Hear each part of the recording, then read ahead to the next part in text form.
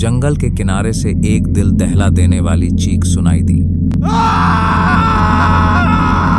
लोगों ने कहा उसने मसान की सीमा लांघ दी थी, जहां एक तांत्रिक कच्चा कलवा छोड़ चुका था। अगली सुबह उसकी आंखें खुली थीं, लेकिन उसकी रूह इस दुनिया को छोड़ चुकी थी। कच्चा कलवा एक ऐसी शक्ति जो दिखती तो बच्चों की आत्मा है, लेकिन काम करती है श्मशान की अग्नि जैसा। तो आइए भक्तों, अब जानते हैं कि कच्चा कलवा वास्तव में होता क्या है। इसका नाम जितना भयानक है, उससे भी ज्यादा खौफनाक हैं इसके कर्म। जब कोई बच्चा असमय मर जाता है तो उसकी आत्मा कई बार शांति नहीं पाती और मसान में भटकती रहती है।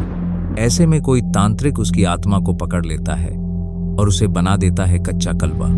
तो चलिए भक्तों, अब जानते हैं कि कच्चा कलवा बनाया कैसे जाता है। हिंदू धर्म में जब कोई छोटा बच्चा मरता है तो उसका अंतिम संस्कार नहीं किया जाता। उसे जमीन में दफनाया जाता है या किसी नदी में प्रवाहित किया जाता है।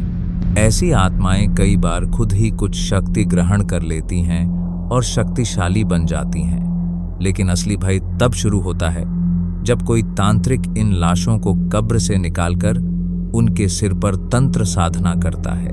फिर यही आत्मा बन जाती है कलवा मसान।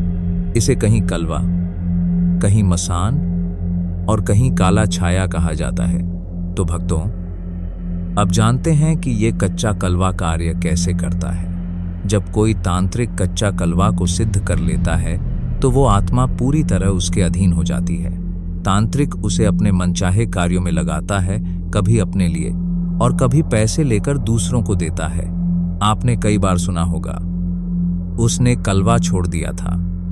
यही वही शक्ति होती है।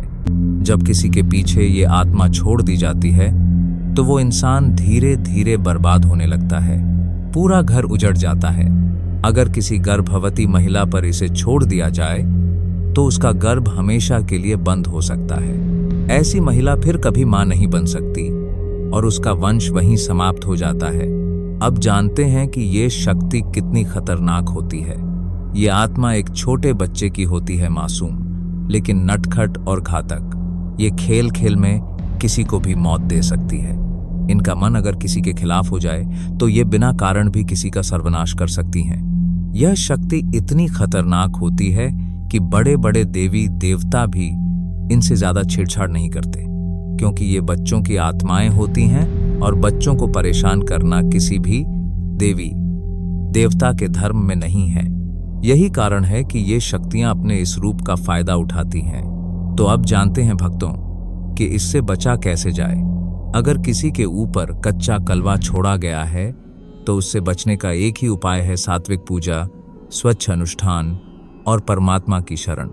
घर में सुंदरकांड, माता का हवन और सच्चे भाव से भक्ति करने पर ये नकारात्मक शक्तियां भाग जाती हैं।